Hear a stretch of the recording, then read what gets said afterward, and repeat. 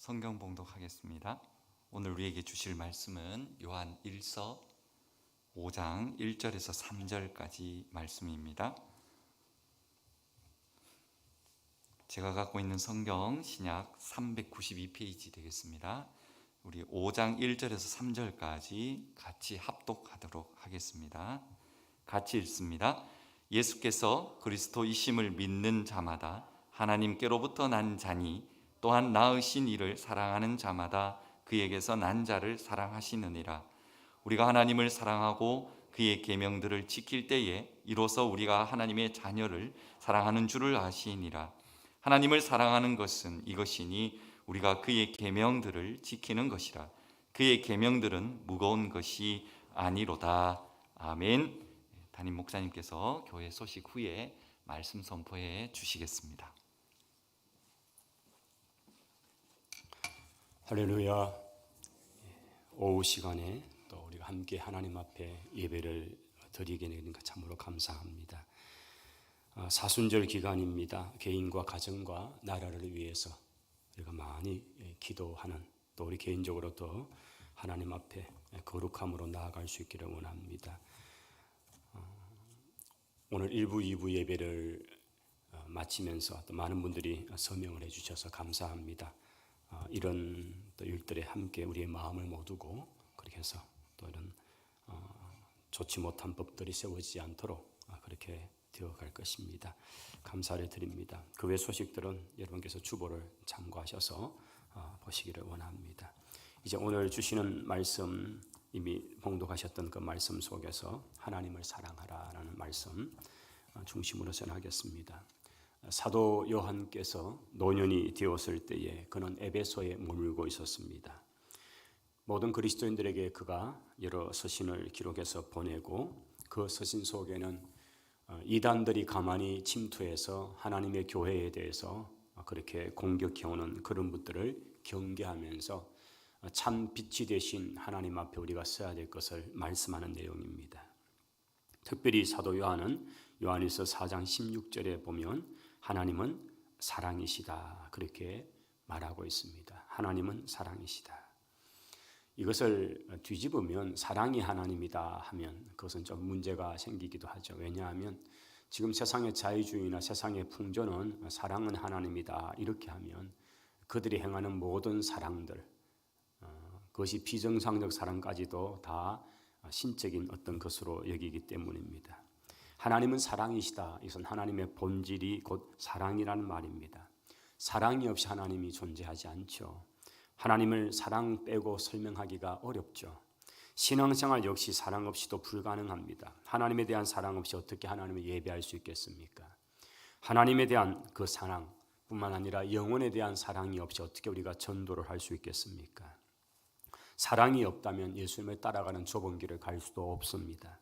주님의 마음으로 용서할 수도 없습니다. 신앙의 핵심은 그래서 사랑입니다. 우리가 믿음의 성장 얘기를 할 때 참 저 사람 믿음이 성장했다, 참 저 사람 신앙심이 깊어졌다 이런 말을 할 때 역시 이것도 사랑이죠. 왜냐하면 믿음이 깊어졌다, 신앙심이 깊어졌다 이런 말을 하면서 거기에 물론 성경 공부 참여를 열심히 한다 맞을 수 있습니다. 예배 출석을 열심히 한다 맞죠. 헌금 생활을 잘한다 맞죠. 봉사와 섬김을 잘하고 있다 맞습니다. 그러나 아무리 이 모든 것들을 잘한다 해도 가장 중요한 하나님을 사랑하는 것이 없다면 그 모든 것들은 정말 다시 한번 뒤집어 봐야 하는 것들이죠. 왜냐하면 하나님 사랑하는 것이 가장 큰 계명이기 때문입니다. 믿음의 성장은 내가 주님을 이전보다 더 사랑하는가 여기에 달려있다라고 말할 수 있습니다. 열심히 예배를 드리고 많은 성경 공부 지식을 하고 그런다 할지라도 주님을 사랑하는 것이 내 속에 없다면 그것은 심각한 오류를 일으킬 수 있습니다. 주님을 향한 사랑의 깊이가 곧 믿음의 성장입니다. 우리가 모든 일에는 동기가 있습니다. 지금 전쟁이 치러지는 그 상황도 뭔가 이유가 있습니다.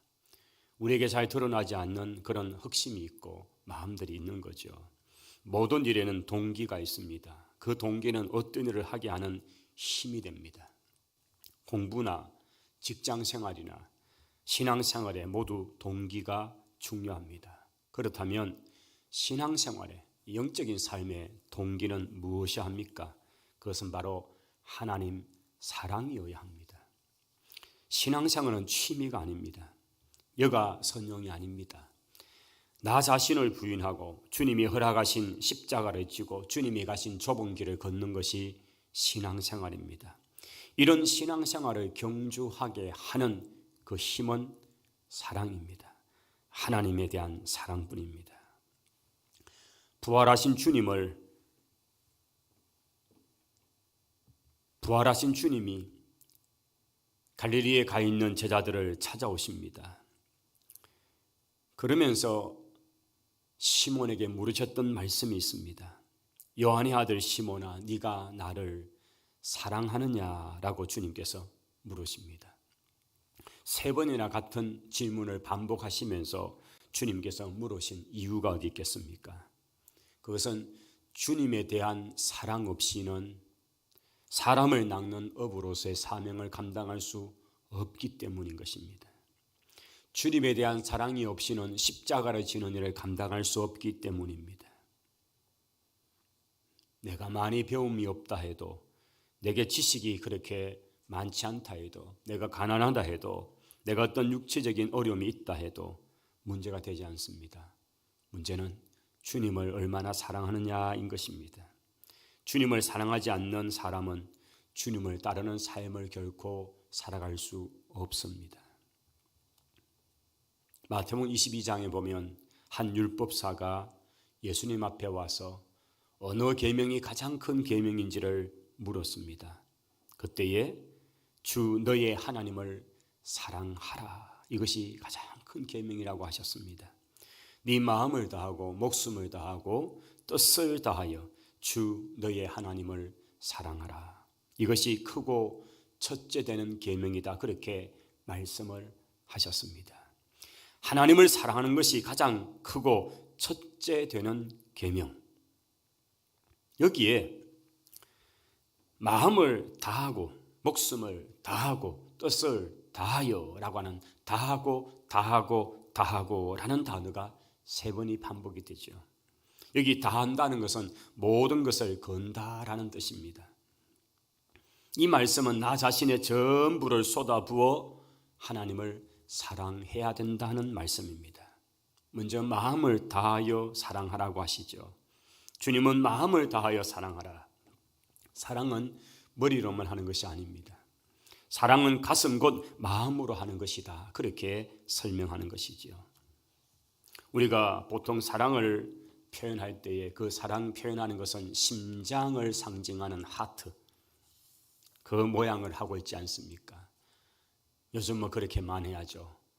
뭐 손에서 갑자기 쑥 꺼내가지고 이렇게 하고 또 이렇게 하고 또 다르게도 하고 여러 개 하죠. 이 모든 게 다 바로 심장을 상징하는 하트죠. 어머니가 자녀를 사랑할 때에 머리로 하지 않습니다. 마음으로 사랑합니다.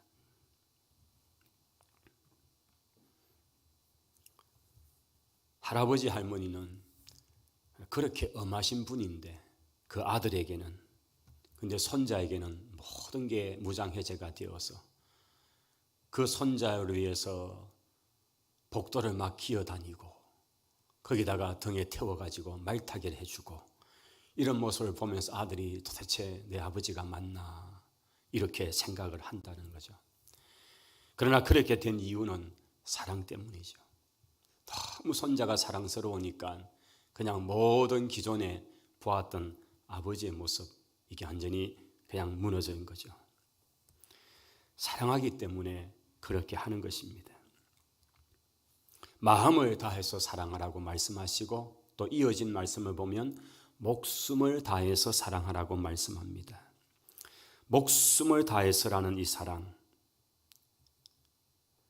예수님은 적당히 계산하며 사랑하라고 말씀하지 않습니다. 목숨을 다해서, 그것은 주님 당신이 나타내시고 당신이 보여주신 사랑입니다. 십자가 위에서 주님은 목숨을 주시면까지 우리를 사랑하셨습니다. 사도 바울도 주님을 그렇게 사랑했죠. 주변의 사람들이 예루살렘으로 올라가면 안 됩니다. 하나님께서 내게 보여주신 것은 당신은 그곳에 가면 포박을 당하고 고통의 길을 가게 될 것이다. 그렇게 예언하는 사람들이 있었습니다. 그 예언이 다 맞습니다. 그러나 그는 그 길을 갔습니다. 죽을 만큼 바로 영혼에 대한 사랑이 크고 주님의 사랑이 크기 때문이었습니다. 사도행전 21장 13절에 그는 이렇게 그 상황에서 말하는 내용이 기록되어 있죠. 여러분들이 어찌하여 울어서 내 마음을 상하게 하느냐. 나는 주 예수의 이름을 위하여 결박을 당할 뿐만 아니라 예루살렘에서 죽을 것도 각오하였다. 그렇게 그는 고백하고 있습니다. 죽을 만큼 목숨을 걸고 사랑하는 바울의 모습입니다. 우리가 구약에서도 한 연약한 여인, 한 나라의 왕후가 되어 있는 에스더, 자기 백성을 사랑했기 때문에 죽으면 죽으리이다 라는 각오로 그 당시에 관행적인 법을 어기면서 아하수에로 그 왕 앞에 그녀가 나아갑니다. 왕이 부르기 전에 나아가는 것은 왕의 노염을 사는 순간 앞에 왕후처럼 폐위를 당할 수도 있었습니다. 그러나 자기 백성을 위해서, 하나님 그 백성을 위해서 참으로 생명을 걸고 그녀는 나아간 것입니다. 주님은 또한 뜻을 다해서 사랑하라 그렇게 말씀하셨습니다. 온 정성과 모든 생각과 의지를 동원해서 사랑하라는 말씀이죠. 내게 주어진 시간, 물질, 정열, 은사, 이 모든 것들을 쏟아 부어서라도 하나님을 사랑하라는 것입니다. 하나님은 철학자의 하나님이 아닙니다. 하나님은 학문의 대상 정도가 아니십니다. 우리가 영원토록 마음을 다해서 사랑해야 될 분이 바로 하나님이십니다. 그러므로 그분의 사랑을 알고 날마다 마음과 목숨과 뜻을 다해서 그분을 사랑해야 하는 것입니다. 자, 그렇다면 하나님을 사랑하는 사람은 누구입니까? 모든 사람이 다 하나님을 사랑할까요? 그렇지 않습니다. 오늘 요한일서 5장의 말씀을 보니까 하나님께로부터 난 자가 하나님을 사랑한다라고 그렇게 말씀하고 있습니다. 예수께서 그리스도이심을 믿는 자마다 하나님께로부터 난 자니, 하나님께로부터 난 자는 또한 누구입니까? 예수께서 그리스도이심을 믿는 자라고 분명히 말씀합니다. 할렐루야. 우리가, 여러분 한 사람이 진심으로 예수 그리스도가 하나님의 아들이심을 믿을 때 여러분은 하나님께로부터 난 사람들입니다. 그리스도라는 말은 구약의 단어에서는 메시아라는 단어와 같고요. 그것은 기름 부음 받은 자라는 그런 뜻을 가지고 있습니다. 이는 이스라엘 온 백성들이 그토록 사모하며 기다리던 바로 그 메시아, 구세주, 구원자입니다. 예수님이 그리스도이심을 믿는 자는 예수님이 성경의 약속대로 이 땅에 오신 바로 그 메시아, 나의 구원자이십니다 라는 고백입니다. 성도 여러분, 묻습니다. 진정 예수님을 그리스도로 믿습니까? 한 종교의 창시자, 철학자가 아니라 나의 구원자로 받아들이십니까? 예수님이 나를 위해 십자가에 달려 죽으시고 부활하심으로 나를 구원하셨음을 믿습니까? 여러분이 이 믿음에 진솔한 대답을 했다면 여러분은 누가 뭐래도 하나님께로부터 난 자가 확신합니다. 예수님을 믿고 구원받은 사람은 하나님께로부터 난 자라고 말씀해 주는 이유가 무엇일까요? 그것은 예수의 생명으로 다시 태어났기 때문입니다. 우리가 거듭났다는 말, newborn이라는 단어를 영어 쓰죠. 다시 태어났다, 거듭났다, 중생했다. 바로 다시 예수님의 생명으로 우리가 태어났기 때문입니다. 예수님을 믿고 영접하면 우리는 그분의 생명으로 다시 태어나는 신비한 경험을 가진 겁니다. 그래서 성경은 이를 두고 고린도후서 5장에서는 새로운 피조물이 되었다라고 말씀하고요. 베드로 사도는 거듭남이라는 단어를 분명히 사용하고 있습니다. 예수님은 니고데모에게 거듭나지 아니하면 하나님 나라를 볼 수도 없고 들어갈 수도 없다라고 말씀하셨습니다. 사람이 물과 성령으로 나지 아니하면 하나님의 나라에 들어갈 수 없다. 요한복음 3장 5절에서 그렇게 분명히 말씀합니다. 여기 거듭난다, 이걸 문자 그대로 해석한다면 위로서부터 태어난다라는 그런 뜻입니다. 우리가 왜 다시 태어나야 하는 걸까요? 바로 아담의 후손으로 태어난 내 영혼이 허물과 죄로 죽었기 때문입니다. 모든 사람은 부모를 통해 이 땅에 태어납니다. 하지만 부모로부터 물려받은 우리의 생명은 영적으로 이미 죽어 있는 상태라고 성경은 말씀합니다. 육체적으로도 언젠가는 다 죽게 되어 있습니다. 그런데 예수님을 믿으면 그분의 생명으로 다시 태어나게 된다는 것입니다. 예수님의 생명은 죄와는 무관하죠. 죽음을 이기고 부활한 생명이기 때문입니다. 그래서 사도 요한께서는 하나님이 우리에게 영생을 주신 것은 이 생명이 그의 아들 아래 있는 그것이다. 아들이 있는 자에게는 생명이 있고 아들이 없는 자에게는 생명이 없다라고 분명히 말씀하고 있습니다.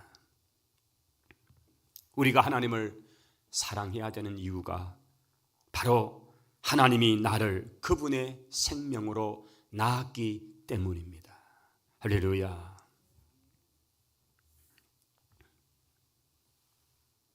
그렇다면 궁금해지는 한 가지가 있습니다. 하나님을 사랑한다는 것은 구체적으로 어떻게 한다는 것일까요? 하나님을 사랑한다는 것은 구체적으로 무엇을 해야 하는 걸까요? 눈에 보이지 않으시는 영이신 하나님을 우리가 어떻게 사랑할 수 있을까요? 하나님을 사랑하면 우리는 눈에 보이는 형제를 사랑해야 한다고 말씀합니다. 다시 1절로 가보겠습니다. 같이 한번 읽겠습니다. 예수께서 그리스도이심을 믿는 자마다 하나님께로부터 난 자니 또한 낳으신 이를 사랑하는 자마다 그에서 난 자를 사랑하느니라. 아멘. 하나님께로부터 난 자는 그에게서 난 자를 사랑한다라고 말합니다.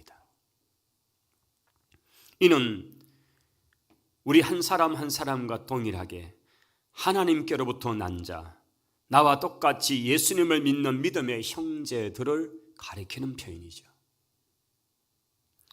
하나님께로부터 난 자는 나를 낳으신 하나님을 본능적으로 사랑할 수밖에 없고, 하나님을 사랑하는 자는 하나님의 생명으로 태어난 또 다른 믿음의 지체, 형제를 사랑할 수밖에 없다는 말입니다. 낳으신 부모가 같으니까. 그래서 형제라고 말하고요. 나와 동일한 생명으로 태어났기 때문에 그래서 사랑하는 것이죠. 성경은 끊임없이 하나님을 사랑하는 자는 형제를 사랑할 수밖에 없다라고 그렇게 말씀하고 있습니다. 요한일서 4장 20절로 가보겠습니다. 여러분 펼쳐놓은 성경 옆으로 좀 가겠습니다. 같이 읽겠습니다. 누구든지 하나님을 사랑하노라 하고 그 형제를 미워하면 이는 거짓말하는 자니 보는 바 그 형제를 사랑하지 아니하는 자는 보지 못하는 바 하나님을 사랑할 수 없느니라. 아멘. 여기 사도 요한께서 분명하게 말씀하시는 내용, 누구든지 하나님을 사랑한다 하고 형제를 미워하면 이는 거짓말장이다 말씀합니다. 교회 안에서 직분이 어떠하든지 여러분, 이 기준은 언제나 유효한 기준, 분명한 기준입니다. 눈에 보이는 형제를 사랑하지 않으면서 어떻게 눈에 보이지 않는 하나님을 사랑할 수 있단 말입니까? 하나님은 영이시기 때문에 눈에 보이지 않으십니다. 하지만 우리는 늘 하나님을 사랑합니다. 하나님 사랑합니다. 고백하고 찬양도 하고 그렇게 기도도 합니다. 그러나 이 고백이 거짓이 아니라면 함께 예배하는, 기도하는 내 옆에 형제 자매를 사랑해야 합니다. 간혹은 사랑하기 힘든 형제가 있습니다. 주는 것도 없이 미운 사람이 있고 특별한 이유로 다시는 보고 싶지 않은 사람도 있습니다. 누군가 마주치고 싶지 않아서 교회에 나오지 않는 성도도 있습니다. 하지만 하나님을 정말 사랑한다면 바로 그 형제까지도 사랑해야 하는 것입니다.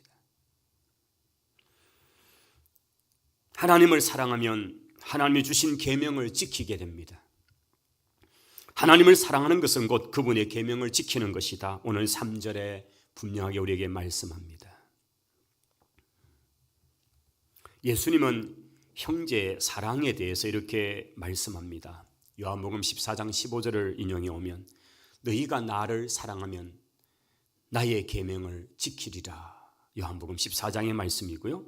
14장 2절에 가면 나의 계명을 지키는 자라야 나를 사랑하는 자다. 14장 21절에 그렇게 말씀하고 있습니다. 자, 여기서 이 말씀 속에 계명들이 뭘까요? 그 계명은 하나님을 사랑하고 이웃을 사랑하라는 원천적인 계명이 맞죠. 이 계명이 바로 구약의 계명이니까요. 결국 사랑의 계명을 지키는 거라는 거죠. 하나님이 우리에게 주신 모든 계명을 한마디로 요약을 하면 사랑하라는 말씀이죠. 예수님께서 잘 요약하셨잖아요. 신명기 6장 5절의 말씀과 레위기 19장 18절의 이 말씀, 그 두 개다가 사랑하라로 통일이 되죠. 마음을 다하고 목숨을 다하고 뜻을 다해서 하나님을 사랑하는 것, 내 이웃을 그 사랑 가지고 사랑하는 것, 이 두 가지가 모든 율법과 선지자의 대강령이다. 그렇게 주님께서 요약을 하셨습니다. 결국 하나로 묶으면 사랑하라는 것입니다. 그런데 예수님께서 사랑하라 이렇게 말씀을 했지만은 요한복음 여기에서는 14장 15절에서는 사랑하라고 말하지 않고 계명을 지키라로 표현하고 있다는 겁니다. 사랑은 추상적인 명사이죠. 그래서 얼마나 사랑하는지, 얼마나 사랑해야 되는지 이걸 사실은 확인하기가 어렵습니다. 반면에 계명을 지키는 것은 행위입니다. 눈에 보이면 우리는 확인할 수가 있고, 그래서 성경은 하나님을 사랑하라고 말씀하면서 그 계명을 지키라는 것으로서 같이 보고 있는 겁니다. 사실 많은 그리스도인들이 하나님의 말씀, 계명을 지키는 것은 힘들다고 합니다. 여러분, 그 말씀을 따라 살려면 물질적인 손해도 봐야 할 때가 있습니다. 말씀을 지키기 위해서 친구 관계를 어떨 때는 끊어야 될 때가 있습니다. 참으로 그 말씀을 따라 살고자 어떨 때는 취미 생활도 바꿔야 할 때가 있습니다. 어떤 결정적 경우에는 직장도 그만둬야 할 때가 생깁니다. 하지만 성경은 계명을 지키는 것이 무거운 것이 아니다는 표현을 하고 있습니다. 오늘 본문 3절에 다시 한번 보십시다. 하나님을 사랑하는 것은 이것인데 우리가 그의 계명을 지키는 것이라. 그의 계명들은 무거운 것이 아니다라고 말씀하고 있습니다. 모세께서도 신명기 30장 11절에 계명들이 어렵지도 멀지도 않다는 표현으로 말씀하셨습니다. 내가 오늘 네게 명령하는 이 명령은 네게 어려운 것이 아니요 먼 것도 아니다라는 표현을 하고 있습니다. 그 이유는 왜 그럴까요? 신명기 30장 14절의 말씀을 확인해 보겠습니다. 오직 그 말씀이 네게 매우 가까워서 네 입에 있으며 네 마음에 있은즉 이를 네가 이행할 수 있다라고 하십니다. 다시 한번 우리 같이 읽겠습니다. 오직 그 말씀이 내게 매우 가까워서 내 입에 있으며 내 마음에 있은즉 네가 이를 행할 수 있느니라. 아멘. 여러분, 여기에 하나님의 말씀이 내게 가까우면 내 입에 늘 있고 내 마음에 있으면 이 말씀은 어려운 말씀이 아니라 쉽고 가볍게 감당할 수 있다는 겁니다. 이 말씀이 내 입에 없고 내 마음에 없고 나와 아무런 상관이 없으니까, 멀리 있으니까 이게 짐이 되고 힘겨움이 되는 것입니다.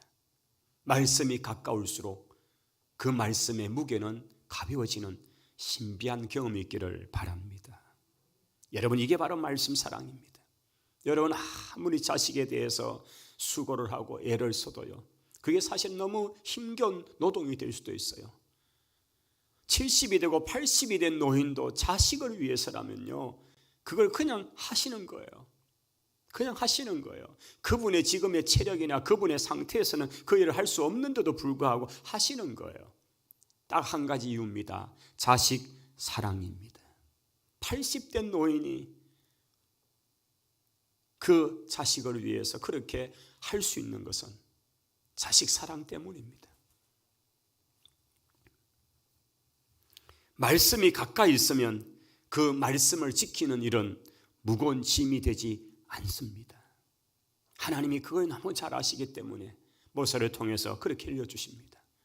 그래서 하나님은 그 말씀이 네 미간에도 붙어있고 네 입술에도 붙어있고 네 손목에도 메어있고 어디를 가든지 늘 그 말씀이 그냥 눈에서 가까이서 보게 하라는 거죠. 그래야 하면 가볍고 쉽게 기꺼이 그걸 감당할 수 있다는 겁니다. 반대로 말씀이 내 마음과 입술에서 멀어 떨어지기 시작하면 그렇게 무거운 짐이 될 수 없습니다. 중요한 것은 하나님의 말씀을 가까이 하는 것입니다.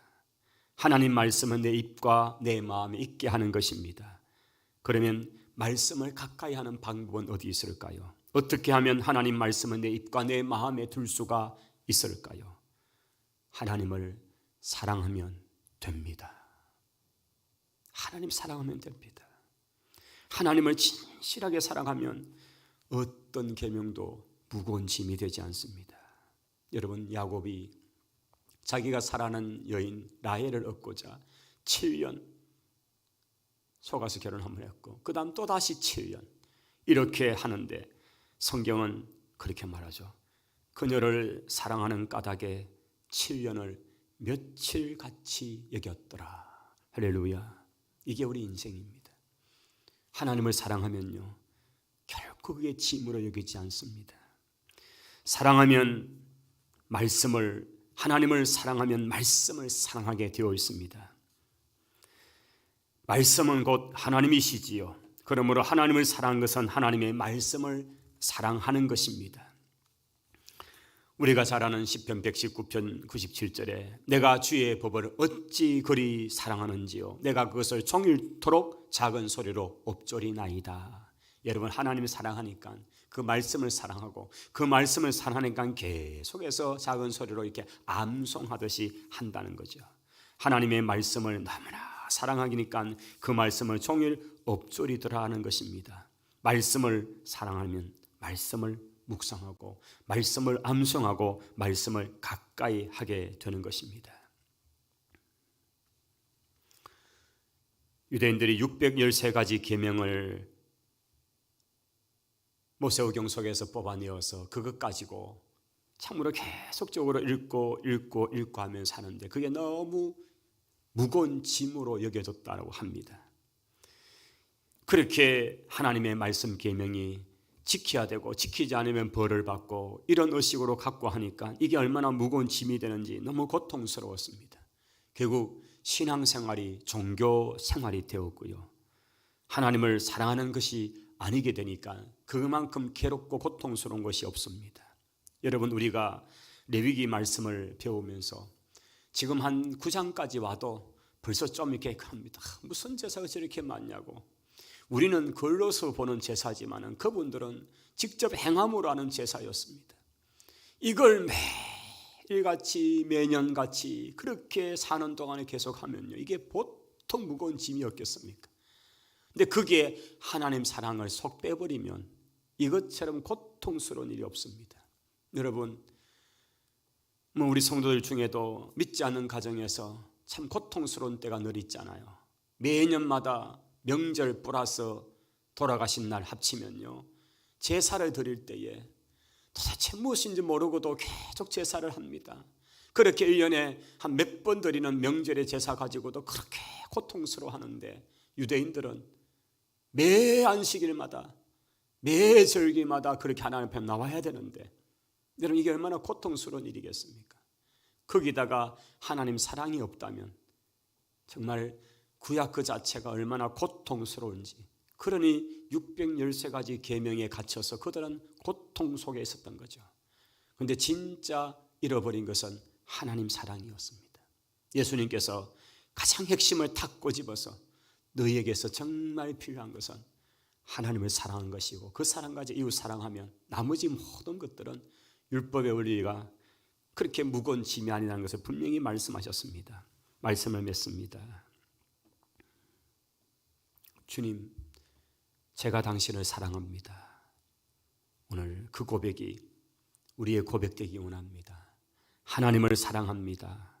하나님에 대한 사랑이 우리 신앙 고백의 핵심이고 신앙생활을 하게 하는 힘이 됩니다. 마음과 목숨과 뜻을 다해서 주 나의 하나님을 사랑하십시다. 하나님께서 그렇게 우리에게 사랑을 말씀하시고 그 사랑을 이미 보여주셨습니다. 오늘 그 사랑 붙들고 그 사랑 가지고 나아가는 우리 모두가 되시기를 바랍니다. 기도하십시다. 하나님, 마음을 다하고 뜻을 다하고 목숨을 다해서 사랑하겠습니다. 그 사랑 가지고 형제를 사랑하겠습니다. 그래서 하나님의 큰 뜻을 이루어드리는 저희들이 되게 하옵소서. 예수님 이름으로 기도하옵나이다. 아멘.